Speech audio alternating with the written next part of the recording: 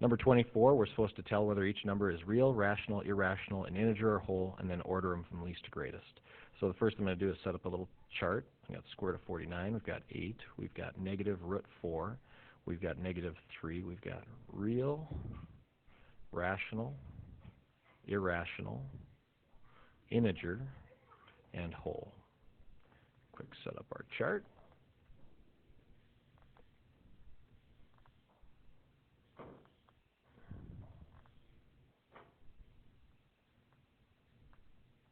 Kind of slanted here, that's all right.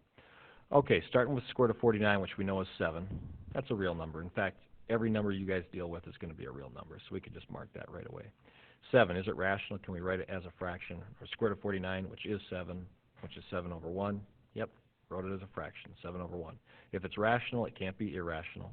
It is an integer. It's a counting line number. And since it's positive, it's also a whole number. Whole numbers include 0 in the positives. 8, it is rational, 8 over 1. It's not irrational. Integer, yep, it's a counting line number. And since it, again, it's a 0 or a positive, it would be a whole number. Negative root 4, that would be negative 2, because the square root of 4 is 2. We're just taking the opposite of it, so negative 2. It is rational, negative 2 over 1. It can't be irrational if it's rational. An integer, yep, it's a counting line number, but it's not whole because it's negative. Negative 3, very similar to the last one we did, it will be rational, negative 3 over 1. It is an integer, it's a counting line number, but since it's negative, it's not whole. If we order the numbers from least to greatest, having them all as decimals makes it a little easier to compare.